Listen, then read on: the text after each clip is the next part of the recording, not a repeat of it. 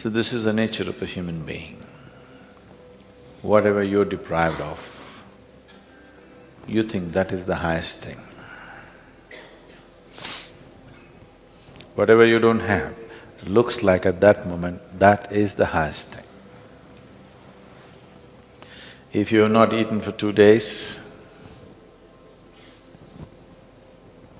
food will be God, yes or no? No? Yes. If you don't understand this, close your mouth, hold your nose like this for 2 minutes. Will you ask for air or God? Air.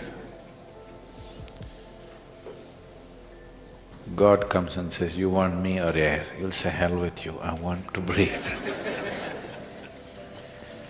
Because whatever at that moment you're deprived of, that takes on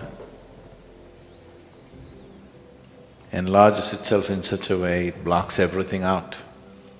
Or in other words, when you're in any state of compulsiveness, you don't see anything the way it is, it gets exaggerated. If your bladder is full, 1 minute, I'm talking about enlightenment, your bladder is very full. Are you interested? I don't want any enlightenment. Right now, going to the bathroom feels like ultimate liberation. Yes or no? So just about anything, when you're in a state of compulsiveness, you don't see anything the way it is. Life will get distorted to make you think that that is it at that moment. So like this, human life passes from one compulsive state to another, never allowing yourself that little bit of space where you could see things the way they are. If you do not even see life the way it is, can you handle it the way it needs to be handled? It doesn't arise, isn't it? If you don't see things the way they are, you can never handle it the way it needs to be handled. Because of this, in many ways, individual human lives and whole societies have become distorted humanity. When I say distorted, it's normal, I mean normal.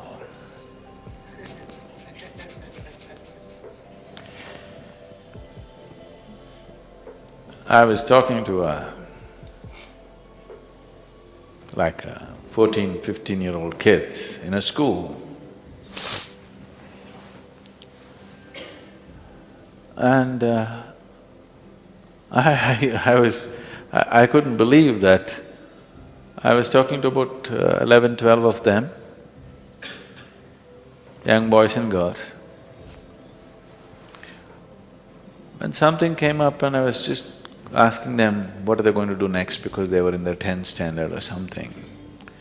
They're only talking about finding a job and earning a living. I couldn't believe this because my whole life I never thought of earning a living.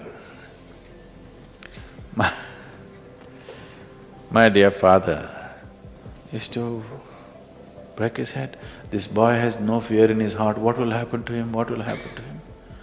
I said, not having fear is a problem? I thought fear is a problem. I never thought not having fear is a problem.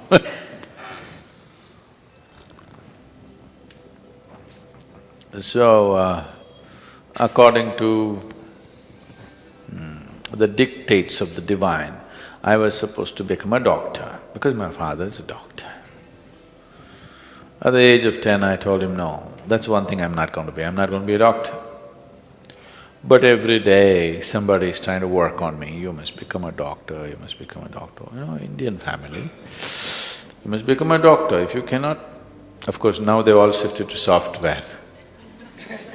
I was I was… I was in Chicago just 8 days… just 2 days ago I came to India. So 1 week ago, 8 days ago, I was in Chicago, and an Indian person came and I asked, "Okay, what are you doing?" What else, Sadhguru? That means he's a software engineer.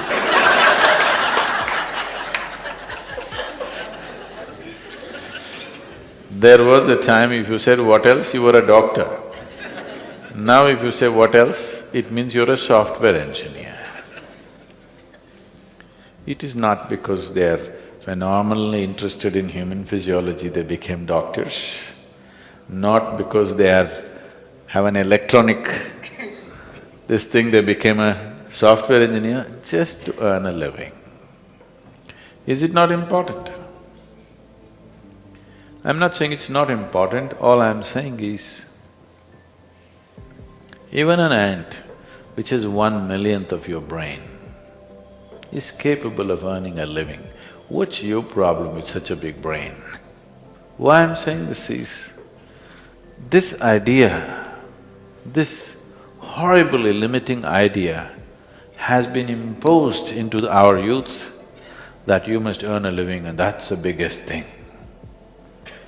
With this big brain, earning a living is actually a problem on this planet. I know everybody's been conditioned to believe that. It is not so, I'm telling you. It is not so. Earning a living is a petty thing for human consciousness, but unfortunately, whole humanity is investing all its energies and intelligence in just earning a living. If this one thing does not change in the world, that… I'm not saying one should not, all I'm saying is, it need not occupy the entirety of human consciousness to earn a living. If you put one little finger to work, it'll earn a living. It's capable, this is capable of that. All human genius has been smothered to death simply because everybody is thinking how to earn a living, how to earn a living,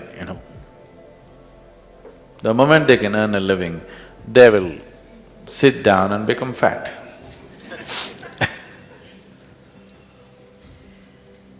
You must be saying, "What can I do with this life?" isn't it? Yes? You must be saying, "What is the greatest thing I can do with this life?" Because one day you'll fall dead, do you know? Do you know you'll fall dead one day?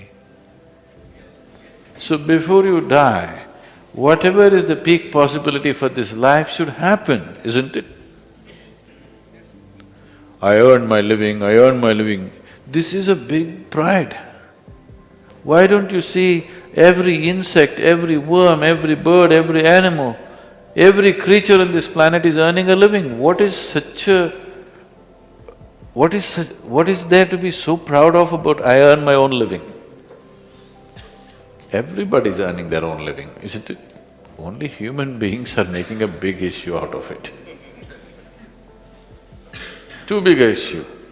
When I look at it, how human intelligence has been sacrificed at the altar of earning a living is unbelievable. How many things human beings could have done, how many incredible things they could have done, but instead of that, they're earning a living.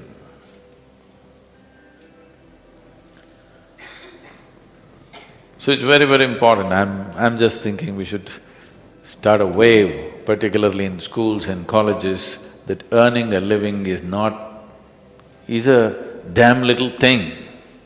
It is not the prime of your life. With one little finger you can earn a living. With this big brain, when an ant can earn its living, this big brain, should it struggle to earn a living? That has become a problem because you want to be like somebody else, isn't it? You want to be like somebody else, that enslaves you. And once you're into this chakra, nothing else is possible, it just keeps you going and going and going endlessly. Now this possibility of This simple thing called yoga is not about twisting your body, it's not about getting fit, it's not about getting healthy. All these things nature will do for you, if only if you live in tune with it. This is about understanding the geometry of the cosmos through the geometry of your own system. I'm calling this a geometry because cosmos is a geometry, isn't it? Planet Earth is going around the sun.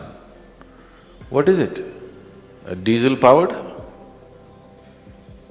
You think a big diesel engine is pushing it? If it was, the roar of that engine would have killed us. Just the perfection of geometry, it just keeps going and going and going, isn't it? You've seen those perpetual machines? Have you seen those little ones? If you just do it like this, for years on end it's going. So this is just that, it's a perfection of geometry which keeps it going and going and going. The whole universe is geometrically perfect, that's why it stays there, otherwise it wouldn't. And if you learn to hold your body in a certain way, if the geometry of your body is in alignment with the geometry of the rest of the creation, suddenly you will find there is a rapport which will allow you can download the whole cosmos into this one. This is not a tiny little… If you simply like this, if you live, you're just a piece of flesh and bone. If you just get it right, suddenly this is something else. Probably these days, you don't have this experience anymore because you got all Tata Sky, dish net and all that stuff. But if suppose you had a television in your home in 80s when first the Doordarshan came, you are watching your favorite cricket match, suddenly your television was boop, boop, boop. Then you climb up the terrace and there is one aluminum contraption. If you do like this, nothing will come. If you do like this, nothing will come. You just get it to the right place. The world pours into your sitting room. This is just like that. If you learn to just hold it right, the whole cosmos will pour into you. So, this is engineering yourself. It does not mean engineering yourself to breathe little better, to be little more healthy, no. This is about realizing the full potential of what it means to be human.